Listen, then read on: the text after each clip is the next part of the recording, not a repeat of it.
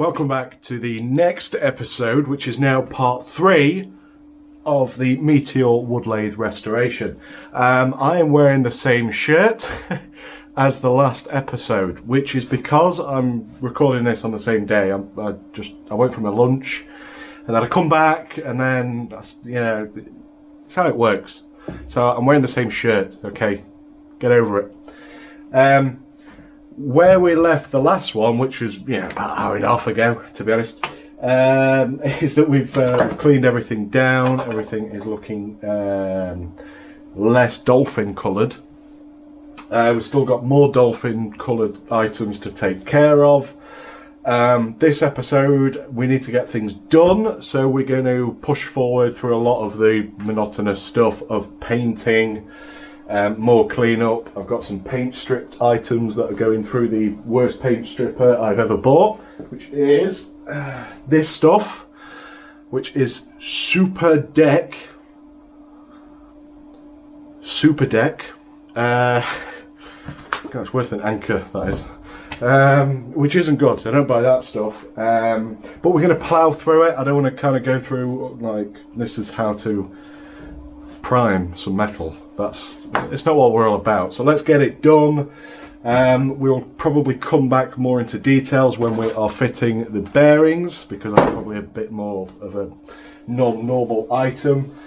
So let's get it painted, let's get it done, and why am I still talking? Let's just get on with it, you know?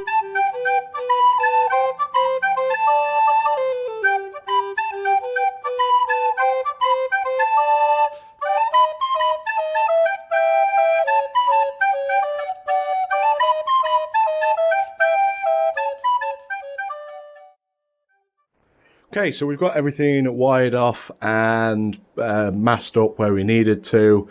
Didn't take a great deal to do, to be honest. And then we've got this piece down here, which is in front of the little fan there, and it's had the paint stripper on there that was terrible, and it's just drying off all of the excess moisture. Okay. Okay, what I am going to do now is break down the tailstock, and I'm going to try a heat gun to gradually take off the paint. This is a variable heat sensitive one.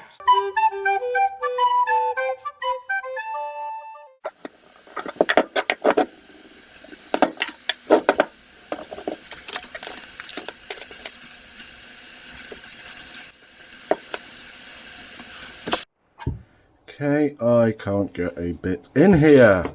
Fantastic. I'm going to have to cut this down and then use a spanner to move that around. Okay, I've got pretty much every set out that I own, and I cannot get... Oh, come on. The only bits that I have are these Allen keys, which I could cut the end of this off for it to fit. However, this is like the only one I have. I've got a bit that's this size, but this is from my expensive Mac tool set, so I don't really want to grind that one down. I've got 5/32, but that's the wrong size. That's not going to fit. I've tried 5mm, that's too small. I've tried 6mm, that's too big. And we're in the coronavirus, so yeah. Okay, I'm going to have to cut down one of my Allen keys that I've only got one of. Fantastic. Okay, after all my searching through my stuff, I have found a random set that I forgot I bought. So I'm going to cut the end off of this instead of my set. So I'm going to just, what do I do? Should I shorten that? Okay, I'm just going to cut this bit in half.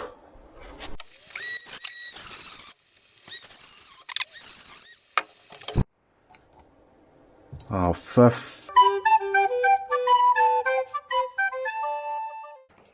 Okay, neither of my small square drive, hex drive work, so I am going to do it this way. Yes. Come on.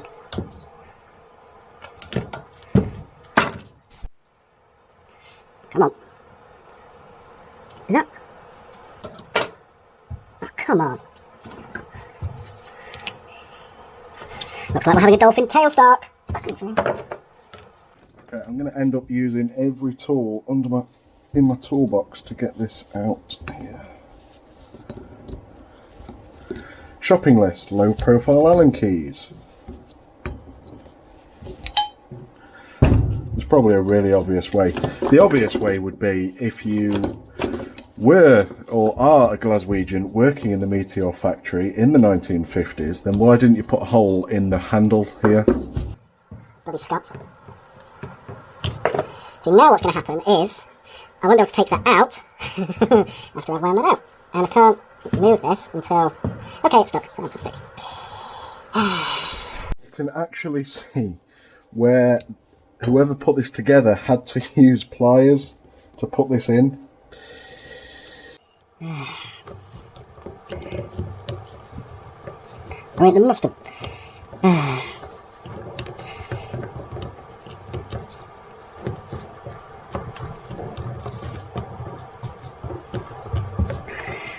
Bloody Scots. How can you be this dumb? Oh, God, my hands are killing me now. In case you were wondering, if you were to take this handle out, you still wouldn't have... Yeah, so I know what you're thinking. Come on. Come on. What? What? Okay, so what you have to do is, when this is out, you have to gradually turn this, like so, and then move it. Oh wow, that's terrible. That is terrible. There you go. That was a horrifically bad design. Should I drill a hole in that? Okay, it has been probably about an hour. I've cleaned up everything on here. There's the tailstock, got the handle at the back there. Still stripping some parts. We're roughly around, 8 o'clock, and I think we're going to leave this tomorrow. We're going to put on another coat before we get to bed, and then we will top coat tomorrow and start reassembling. Okay, and I'll change my shirt. I will change my shirt. Okay. Yes, yeah, I know. Okay, I'll change the shirt. Okay. Good night. The next day. Huh? I found some green that I have. Yeah, I don't know if I like it or not. It's a bit darker than dolphin, but it's not an awful green. When I bought it, the cap was this colour, and as you can see, that is nothing like that cap. So I think I should probably paint it green. Probably. Not sure.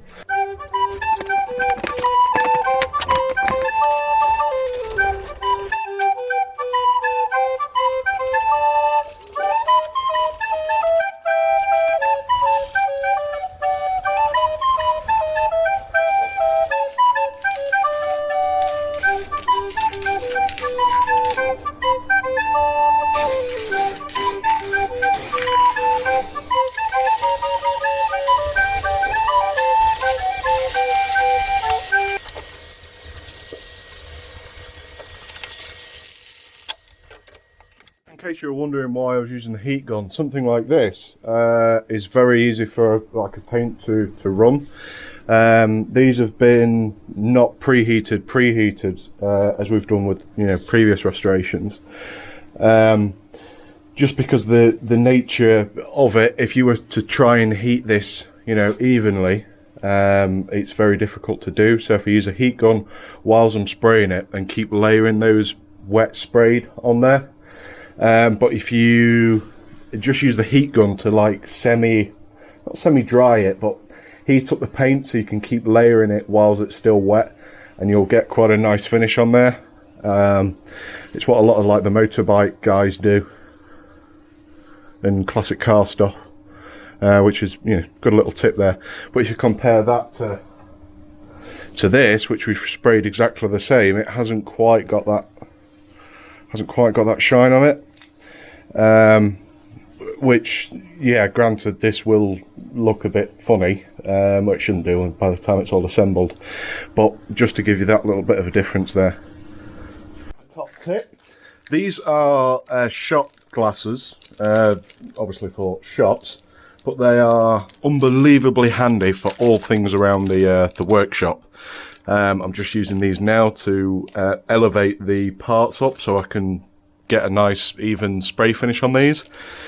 I'm not going to throw them away after. I'll put them to one side and they'll be put for little touch-up or little pots of oil or, you know, bluing applications that we've been doing. They're very, very handy and they cost nothing, and, you know, it's, yeah, pretty good. Okay, whilst everything is just being... Oh, what? Oh, no. Oh, I didn't trim that bit. Oh, cock. Oh no, okay. Well, whilst everything is being painted up and is just drying, I painted this the first thing I did paint, so that we could work on this. We're going to want as clean an area as we can because we're going to be handling bearings. Admittedly, this isn't the cleanest this workbench has been, but it's the best that we've got. I've got a bit of foam. We're going to degrease everything with some either brake cleaner or carb cleaner or panel wipe, neither of which really matter, and everything is always debatable. Acetone's pretty good. If you haven't got any, your missus probably has for her nails, so go nick a nail thing. So we want to clean up these as best as we can. We want these bearings to go in as square as possible. So put some gloves on. You're going to get greasy. Don't use a claw hammer. Or if you've only got a claw hammer, you know, get a bit of wood when you're tapping these in. I'm going to be using a nylon mallet, and I will probably be using a socket if I've got one. If not, I'm going to be using a block of wood as well. So yeah, no professional tools going on here, bit of hammer and some grease. So let's, you don't want to hear me talk about it, let's kind of go through it and you can watch me in a speeded up video.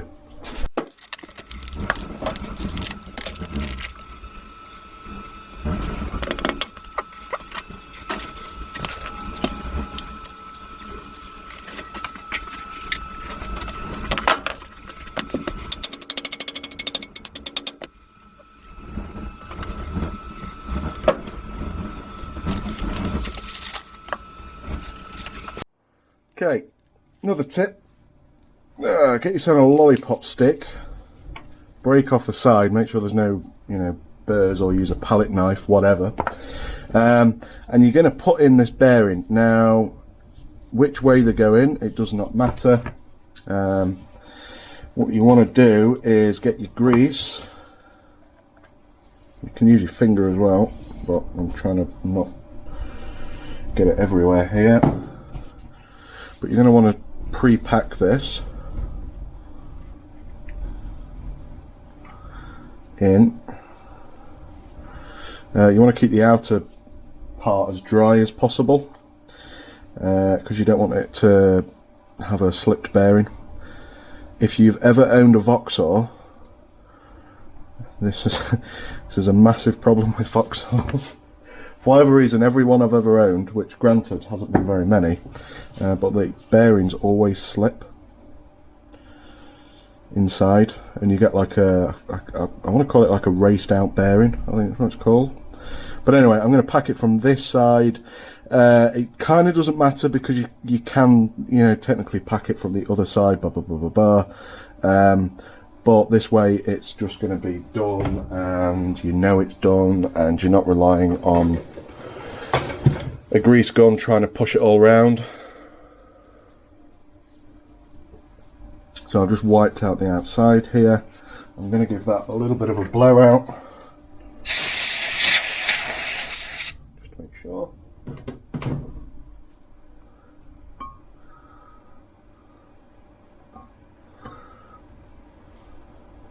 You can kind of feel it as well. I'm using a wooden mallet because I forgot I owned one.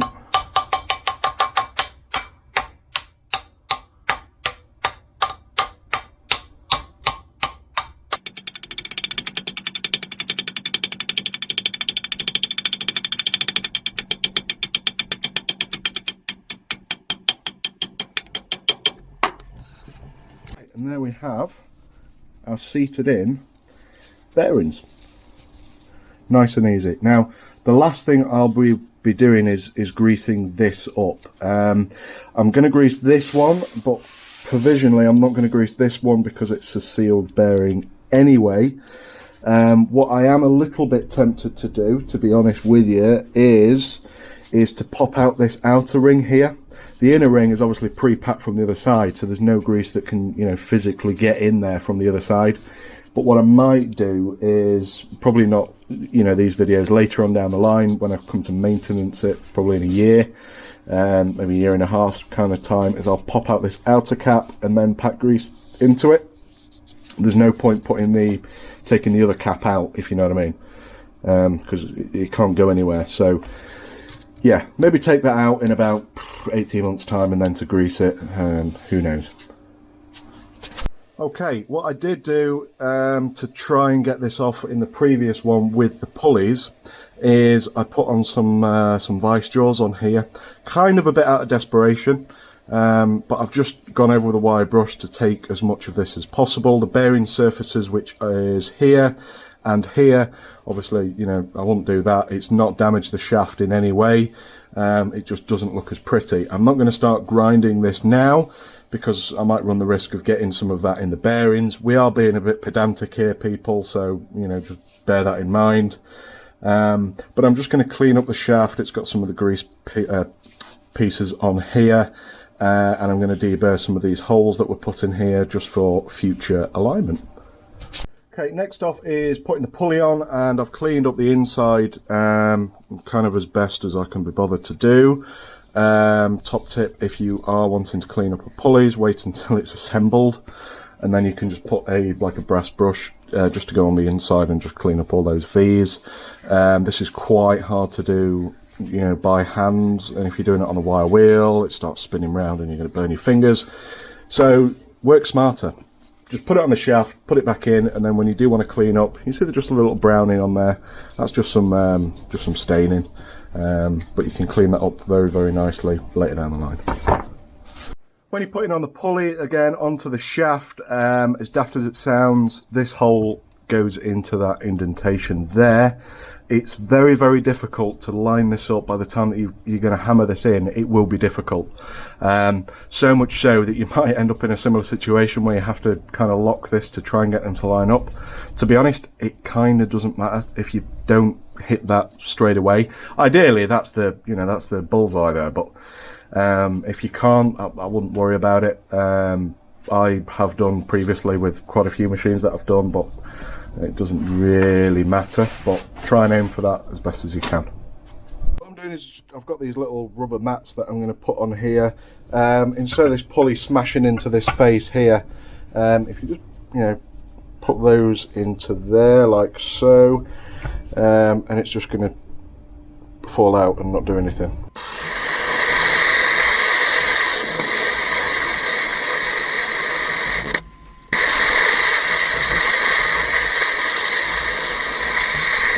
Same as what we did before, we're just going to heat up this aluminium pulley just to expand it a little bit. This is probably how they did it back in the factory. It's smoking a little bit because I put some oil just on the front shafts there. Sorry, the video's going to be a little bit rocky because I kind of need to move you out of the way to hit it with a mallet. But you get the idea what I'm doing here.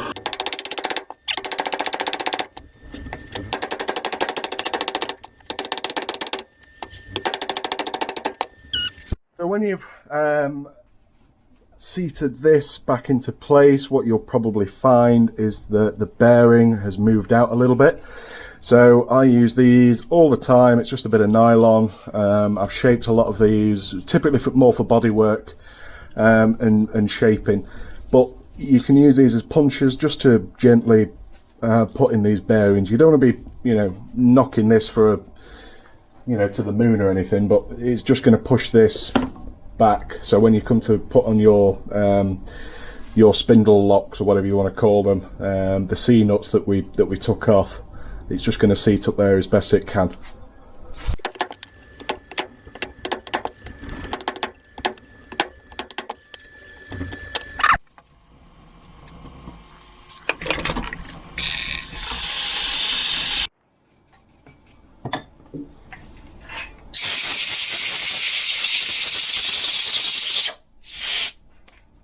So we've just put a little bit more grease on there. We're not, you know, you don't need to go too mad on here. We're going to put on the first one, second one. Okay, well I actually lied. I didn't realise my C-spanner I've got is actually the correct size, which is just a complete and utter coincidence. But this is a ER32 collet chuck holder, so if you have got one of these and you're probably not working on a meteor, but it's always worth trying. Always worth trying. So you want to do the first one first, obviously nip that up like so, and then all this is going to do is lock on to the other one. And you know when this is going to be seated right, because what those two do is tighten the shaft and clamps it laterally, so you're not going to have any headstock wobble. So just give it a bit of a bit of a wriggle, and you'll be able to see. Next off, I've just put a little bit more grease on the inside of there. We're going to pre-pack this later, but everything's spinning fine. Yeah, feels pretty good. So I'm going to put these back on, and these are I've left these self-colour because I think they look rather nice. And then do the other side, and then need to put in the grease nipples and here that the bloke had put in because the other ones looked funny.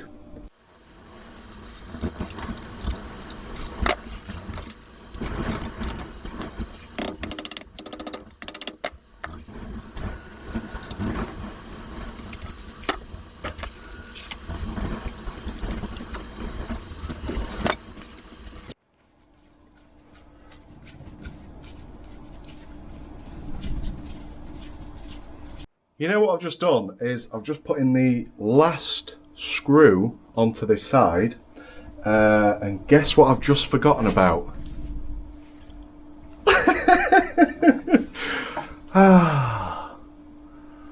Balls.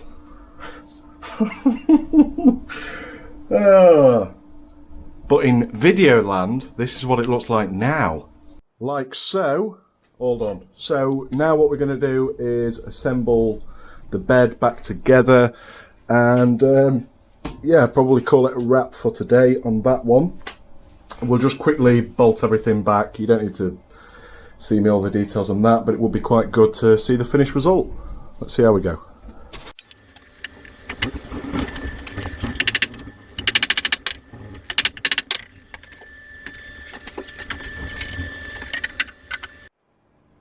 You know what? I quite like the green.